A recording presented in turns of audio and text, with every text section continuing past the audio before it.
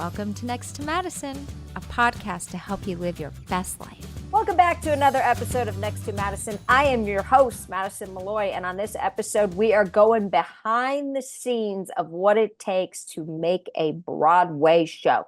Not off-Broadway, Broadway. That's right. If you're flying to New York and you want to see a Broadway show, we are talking to one of the producers of an upcoming musical called Lempicka that is going to be, in my opinion, the next big thing. So you're going to hear it first. You're going to hear what it takes. I ask her everything from the cost that goes into it, what, like the casting, the years, everything. So we're going behind the scenes. This is a very inspirational episode of not giving up and being open to opportunities and things that come your way, because it could just wound you right back on the path that you were meant to be in. So always be open to how you can still live your passion, but your path might be a little bit different. So we will be right back after this brief message with our guest on Next to Madison. Hey, it's Madison Malloy. Just wanted to remind you to make sure you grab a copy of my book, Time to Lighten the Fuck Up.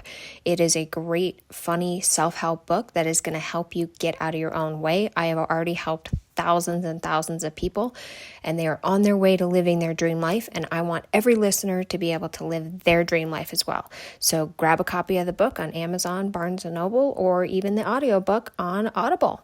Now back to the show. All right, we are back with our amazing guest. I'm so excited for this episode. We are learning about Broadway, as I mentioned in the introduction. Yes, we've got Jenny Niederhoffer, who is a theatrical producer who's going to be talking all things Broadway and how she finds the inspiration to do what she does. And if you are looking to do the same, then this episode is for you. So with that being said, Jenny, welcome to the show. Thank you. Hi, I'm happy to be here. Yes, I'm so excited to have you here. So how did you get into this? Because people go to New York, they know what Broadway shows are, they see the Tony Awards, but you're the person behind the scenes making this stuff happen. Yeah, So how did you land in this? Well, I came to New York as an actor. I went to college for theater, as a musical theater performing major. And so I came to New York to follow that dream, and I did that for a few years. And I loved everything about being in New York, which was a surprise to me. I came to New York to follow that dream, but really never expected to like New York. I wasn't a city kid. It wasn't, something I was excited about, but I loved it. I would scour the papers, and every lecture and film and event that I could go to, I just loved it.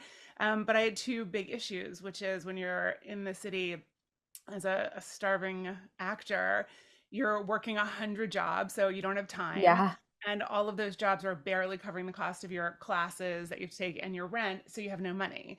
And so I loved being here, but I was kind of just in this constant state of like working and working and working and not really getting to enjoy any part of why I was here. And so it took me a while to realize that it wasn't the life that I wanted. No part of it did I find enjoyable. And the other thing I found really quickly is, as a high school kid, as a college kid, I was 6 feet tall when I was about 11 years old. So I was a kind of a unique look and sound. I was a 6 foot tall kid with big curly hair and a really big voice. And I felt, I kind of stood out in a crowd. And then I came to New York, and I'd go into these audition rooms, and I would open the door, and there were 30 other girls who looked just like me and sounded just like me. And it just was an awakening of like, this was not the life I wanted. So I took through like a lot of different detours. I ended up finding a career path in the nonprofit world and in fundraising. And I had these great mentors who really helped me understand what that meant, what fundraising and nonprofit management looked like. And I really loved it. And I did that for a long time. And then one of my donors, who I became very close with, kind of poached me from that world to come work for him. And I ended up learning a lot about marketing and licensing through this is like a very long roundabout way, but I ended up learning a lot about like contracts and partnerships between different marketing Yeah. relationships. And I loved it. It was so interesting. And when you kind of put all of those pieces of your life over the course of 10 or 15 years together, a love of theater and a love of philanthropy and understanding what makes philanthropists work and what interests them and how to get them passionate about projects and marketing and contracts and licensing, and you put it all in a blender, you kind of have a producing life. And Yeah. so I kind of fell into producing in that way. And really a dear friend of mine whose name is Georgia Stitt, who she introduced me once at an event. She was like, "Oh, this is my friend Jenny Niederhoffer. She's a producer." And I was like, "Well, I'm not really a producer. I mean, I produce some things, but." She's like, "Yeah, well, that's what a producer does. You produce Yeah. things." Yeah. So that's kind of how I like my path towards it was like a circular path back to the arts, back to theater, but through this kind of where business meets the art of it all and kind of putting it all together. And so I had ended up, I chaired an off Broadway company for a number of years called the Transport Group.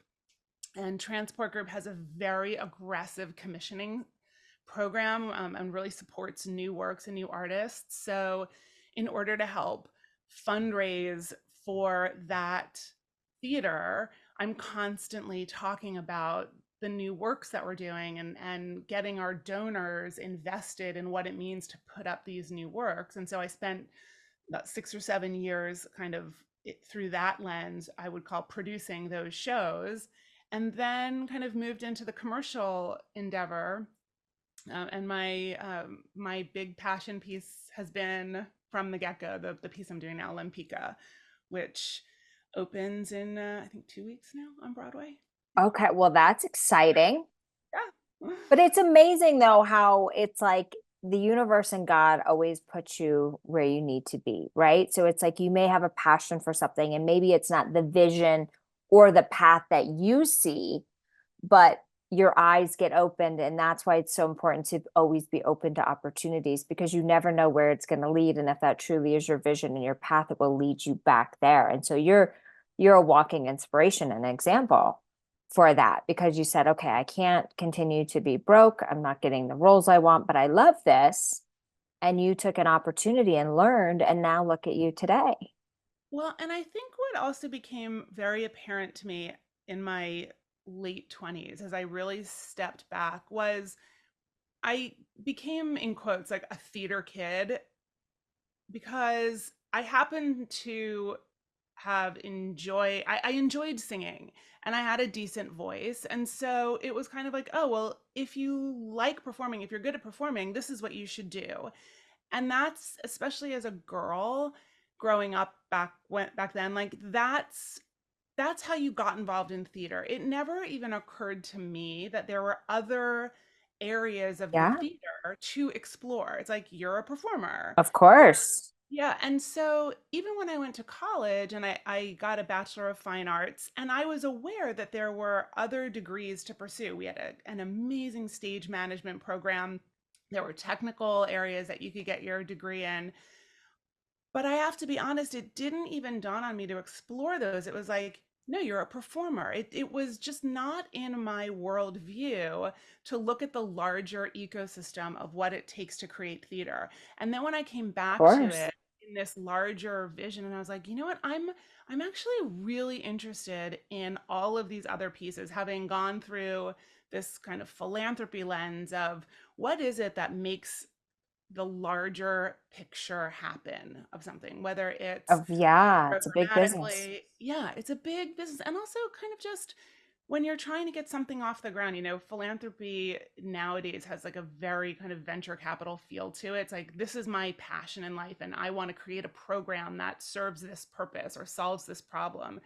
And that's kind of where I had been inserted into that world. And so kind of creating budgets and schedules and programs, and I found it all really exciting. And so then when you kind of bring that piece and you marry it to an artist who comes to you and says, I have this idea for a script, or I have this idea for a libretto, and you say, okay, well, that's beautiful, and how do we now get this up on its feet? And you kind of marry those two pieces, the business and the art. It was Yeah. really kind of for me, it felt like a coming home of all of the things that I Well, really enjoyed doing. Yeah, I love that. So let's fast forward. Tell us about this new show. So Lempicka, yeah, I first encountered Lempicka at this beautiful organization called NAMT, and they do Okay. these 45-minute presentations of 8 different musicals every year and every October. And I saw a 45-minute cutting of it now, I think in 2000, I want to say 16. And it was just beautiful. It was the music that got to me first. Our composer's name is Matt Gould, and the music was extraordinary. It's just layered, and the harmonies are stunning, and it was just this gorgeous music. So then I kind of dug in a little bit, and I realized that the story is about this artist, Tamara de Lempicka, who I had never heard of.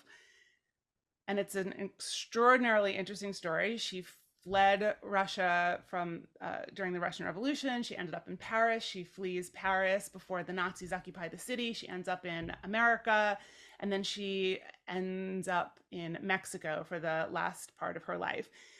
And I had never heard of her. And then as soon as I dug in and I looked at some of her actual art, I recognized her artwork. And I was like, how is it possible that we know her art and we don't know her name? Like, you would know a Picasso. If you see a Picasso, you know his name, but we Yeah. don't know this woman's name. And I just found that very unsettling. And then as I kind of read more about the actual play that was written by Carson Kreitzer and Matt Gould, I realized that that was, in fact, what had spurred them to write this show as well. Anyway, at the time I was scoping out new works for Transport Group to do, and this musical was way out of scope for Transport Group. So I kind of put it in the back of my mind and just said, like, oh, I really hope someone does this show. It's really good. Yeah, right. And then it must have been about a year later, someone approached me and said, I have this great show. I heard that you're now doing commercial investing and producing, and I think that you should invest in this show. Would you consider investing in the show? It was going to the Williamstown Theater Festival. And I looked in, it was Lempicka. I was like, oh my gosh, I can't believe it came back to me. Yes. So I know. So I read the updated version of it, and it was even more stunning than it had been the year prior, than when I had encountered it. And so I called the 2 lead producers back, and I said, I'm so interested in this project, but I'm not going to be an investor. But I think you guys should you should have me as your partner on this. You need me as your partner. So let's have a conversation about me producing this with you. And Oh so we my had a long gosh. conversation, and I became their partner. I love that. That's amazing. And so this was something that it's kind of like the story of your life. I feel like everything kind of comes back around to you, like at the perfect timing. It really was. I think it was also I had just had my third child, and I think I was a little hopped up on hormones and Yeah. I was feeling indestructible, like I could take on the world. And I loved this piece so much. The spirit that Tamara, she was so hungry for life, and so unstoppable. And I just felt like we don't see those women on stage. We don't Yeah. see stories of women being hungry, allowed to just have hunger. We see stories of complicated or,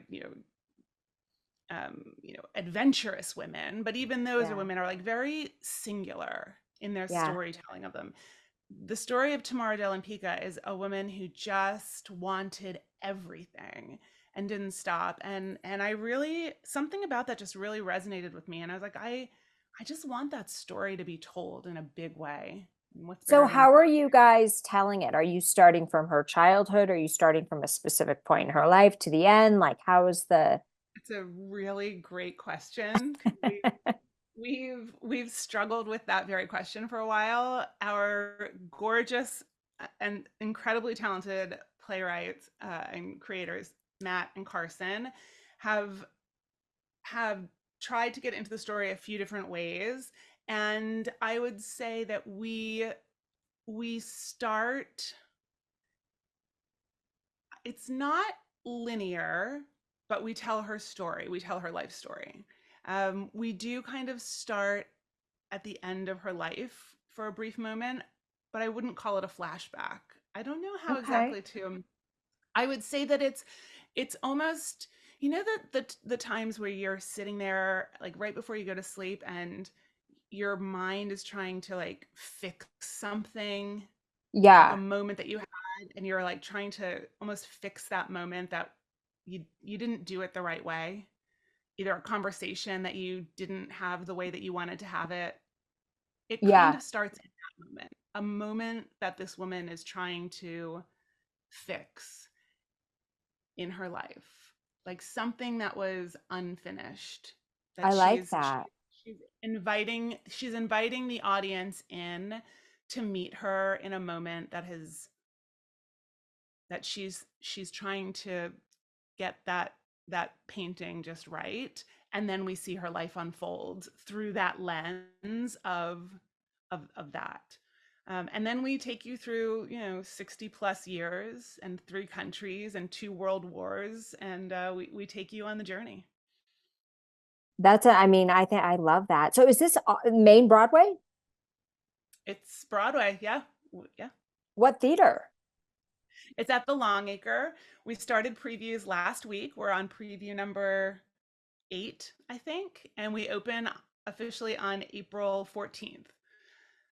That So is yeah, we're in exciting. it. So It's exciting. how long did it take to from like the time you're like, okay, we're doing this to casting, raising the money, finding the theater? Like walk us through that whole process. So if somebody's listening, they can be like, okay, this is what it takes.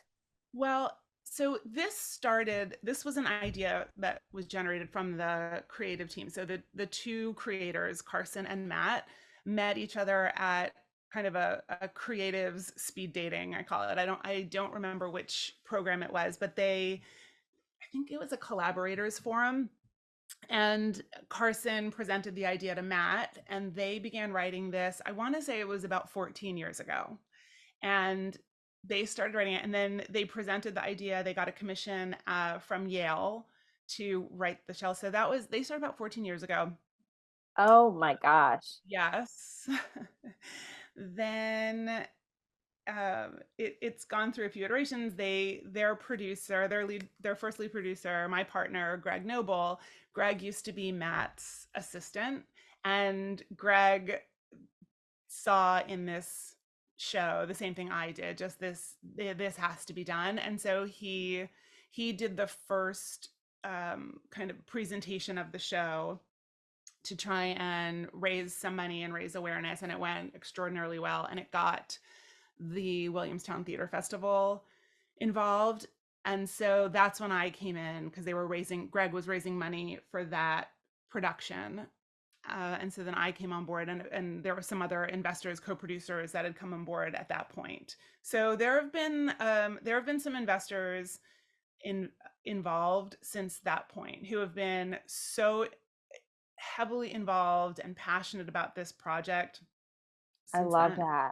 Yeah. So how on average, how much does a Broadway show need to raise in order to get off the ground? Well, nowadays a musical is running, it's pretty big numbers. It's around 20 million, I would say, to get the What? Broadway show. Oh my God. It's crazy. I mean, it takes about 10 years. I think the average is now 7 or 8 years from the time it starts, the time it gets up on Broadway. I mean, the writing, the creating, you're hopefully doing one, if not more, productions somewhere before it lands on Broadway to kind of refine the Of show, and those course. all cost money. Yeah, no, and you have to remember it's running it's running a mid-sized company, and it's a lot Yeah. of labor. We have every one of those people in the building that it takes, from the person who is working in the box office, from the first person you meet when you walk into that theater, to all of your ushers, to everybody who's making every light bulb go on and off, and our amazing creative team. I mean, the front of house staff at the Longacre is the most passionate and wonderful team you could ever hope for, and it's every single night, without fail. So it's just a lot of manpower that's making this company run. And so on average, Hmm. how long does it usually take to break even on that cost? So it depends on the way that you look at it is what's your weekly run cost, right? So that's really when Yeah. you talk about like your capitalization to create the show, that's one thing. And you're trying to build, and on Broadway you want lots of bells and whistles, you need chandeliers falling or helicopters flying, whatever the bells and whistles are. But then that weekly run is really what you're trying to keep kind of lean and mean. So on average, a musical is going to take Wow. about a year to recoup. Yeah. But that's You know, not bad. A year? yeah, maybe a little bit more. It depends. It's obviously a little bit easier to front load those ticket sales if you have something like known IP. If you're a show that's based on a movie or a musical, or if you have a Yeah. star that's leading it, right? Then you get those kind of easy. If you're kind of doing it old school, as I like to say, where you're starting from scratch, and then it takes a little bit longer for that word of mouth to build, and you want to make sure that you're getting kind of Broadway diehard fans in at a lower ticket price. You're not being a barrier to entry, things like that. So you want to give yourself a little bit longer of a runway to be able to play at a lower ticket price to let everybody get in to get that word of mouth buzzing, because, you're fighting against things that are kind of lower hanging fruit. So yeah, Yeah. it can be a little tricky, but we're feeling really good. Our word of mouth has been So great, and exciting. it is exciting. And you hope that you have people leading the company who really can thread the needle. That I always say, that lead with the art first, because at the end of the day, if the piece that people come in the door to see can't stand up on its own, then nothing is going to win. It doesn't matter Yeah. if it was 5 million or 50 million to create, right? You have to lead with the art, and then you're making really smart business decisions. And so hopefully, I think what a good producer can do is really walk that line between being a steward of those investment dollars and Yeah. really keeping their investors' best interests at heart, and also knowing that they represent the artists first. And in those meetings of, design consultations, and, you're talking with your costume department and your set design, and saying, okay, we're not just looking at the budgets. We have to understand, how does this serve the show? And also recognizing that if we're creating a budget that is going to take us 5 years to recoup, then we're all going to be out of work in 4 weeks, and that doesn't serve anyone either. So like finding that conversation, and developing a relationship and a rapport as a team, that we all trust each other. I trust that you, as my creative team, are doing the thing that you do best that I can't do, and Yeah. I hope that you trust that I am doing the thing that I do best that maybe you can't do. And so, that takes time, and that's truly a collaboration that, when it works, it's golden, and when it doesn't, it's, on page 6. Yeah. So what is the average life of a Broadway show? Oh, that's a great question. I mean, I don't know what the average would be. I mean, you have your long running cornerstones of the industry. You have, Wicked just had its 20th Oh anniversary. my You gosh. have Lion King up Yeah. there. I think they're in 20s. Hades Town, who's the same director, Rachel Chafkin, as our show, is just hit 5 years. So you Wow. have some real players in there, and then, you have lots of legendary stories of shows that didn't make it to their opening night. They closed in previews. So Oh no, gosh. so it's a great. I don't know what the average would be, but Why do you think some shows close in previews? um Bad marketing? I think I would have to guess that there was a business plan that had some challenges in there that Gotcha. didn't go Yeah. great. So you have to be able to weather the storm of, so those preview weeks, a preview period. So for instance, now we are playing. You can buy a ticket to Lempicka and you go in and see it. But every night that we have now done the show has been a different show. There's been tweaks because our cast has 5 hours of rehearsal during the day, and we put changes in. They're unbelievable. What these professional Broadway actors do is unbelievable. They learn new material between the hours of 1 and 5, and then they have a dinner break. and then they come back and they do that new material that night on a Broadway stage in front of 1,000 people. And you would never know that they had just Yeah. learned. It's unbelievable. So okay, so let's talk about the casting Yeah. process. Like, how do you find the right people? Like, Well, so some of our cast has been with this project, I think longer than I've been with it. I mean, Eden Espinoza, who's playing Tamara de Lempicka, has been with it definitely since the Williamstown version. Maybe for since a reading before that, I think. So she's been attached to this before I was attached to it. And Andrew Samansky, who plays her husband. So wow. a lot of the principals have been in there, and they help shape the role and shape the way that the piece gets developed. It truly is a collaboration of all of these different art forms. It's been a learning process for me as well, of how beautiful when the teams work. It is a magnificent thing to behold. And as a producer, again, you're really hoping that everybody on your team does what they do to better than anyone else out there. So I was in the casting sessions, but I'm looking at my director and my Yeah. choreographer, my music team, right? They're making the decisions. And then we're just kind of taking a last pass at everyone and saying, yep, that looks like a team. The other thing that people might not really recognize is that other than the lead players in a show, all of the ensemble is really covering lots of different tracks. So you need for people to be able to kind of be malleable. It's so the casting is kind of a puzzle, a jigsaw puzzle. Like somebody has to be right for really like 3 or 4 different roles, and so it has to kind of fit into this jigsaw puzzle of tracking how it all works. It is a fascinating process for So, sure. and because you guys run 7 days a week, Yeah. you can't work somebody 7 days a week. So how do you They do. find Eden's backup? So Eden is right now doing an 8 show week. She is doing an 8 show work week. Oh my Um, gosh. I know. Eden's And a hero. if I told you that this is a vocally demanding show, that would be the understatement of the year.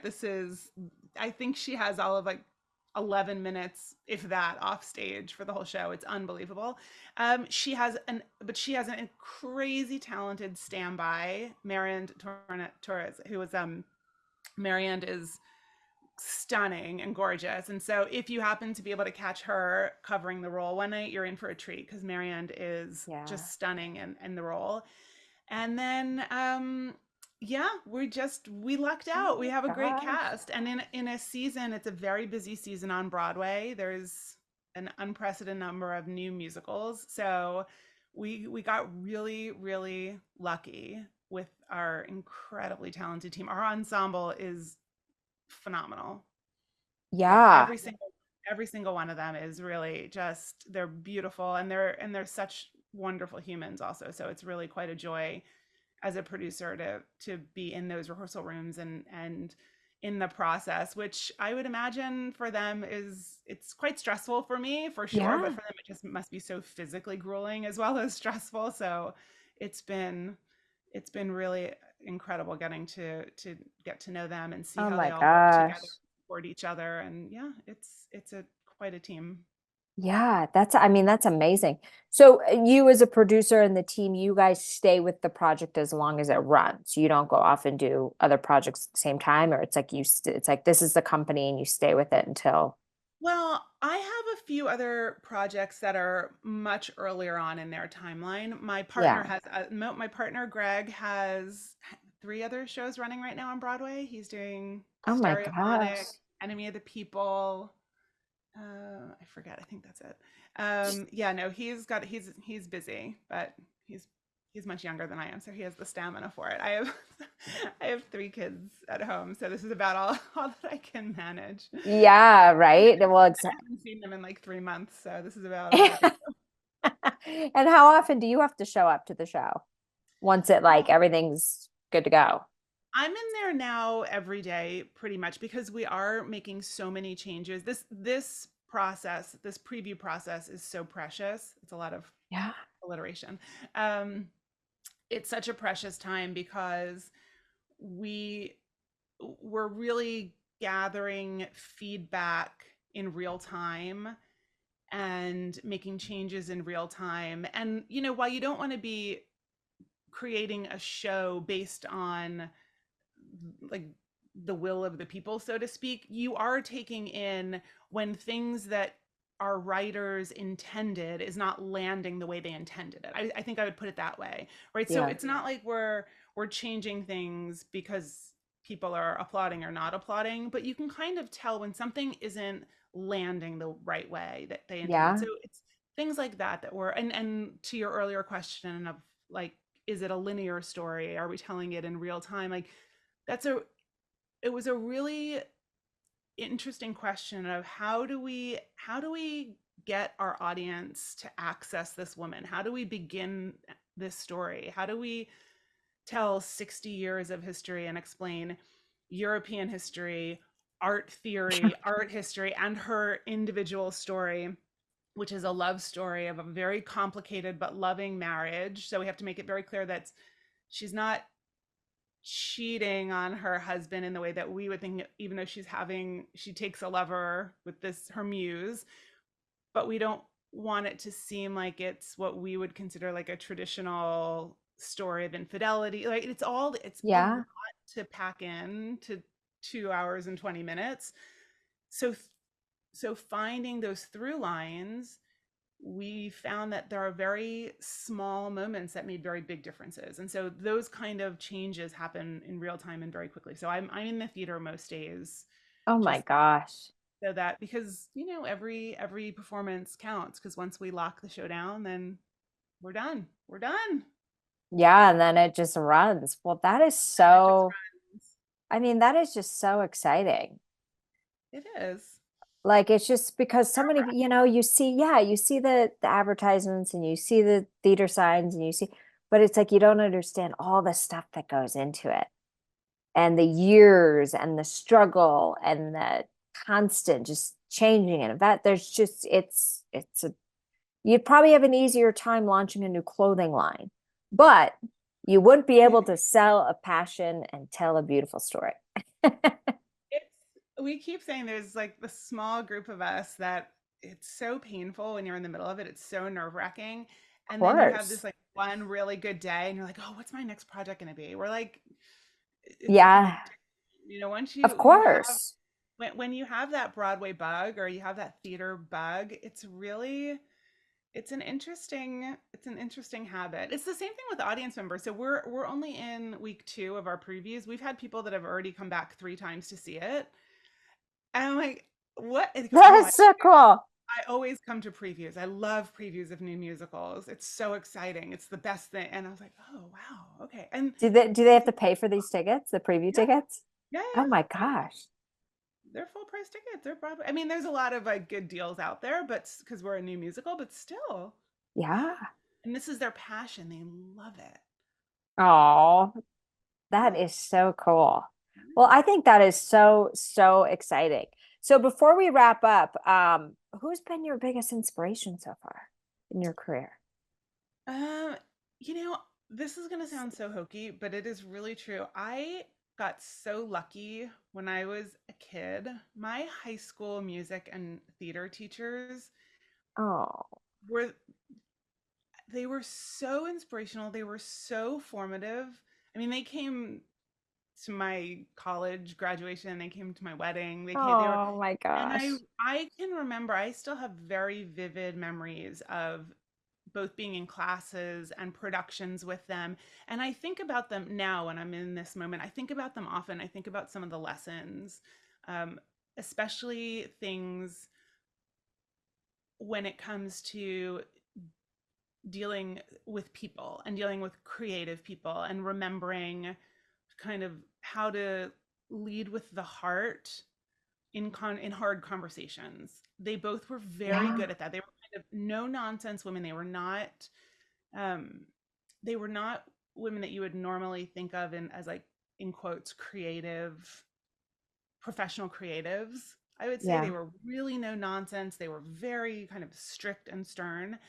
But on the flip side, really understood how to teach us about communication. That was a real Yeah. strong thread in my growing up with them. And I have channeled them often because, as you might imagine, dealing with, you have a team of 20 people trying to create one thing in a compressed amount of time, communication could get testy very quickly. And so I Yeah. think of them often in this moment.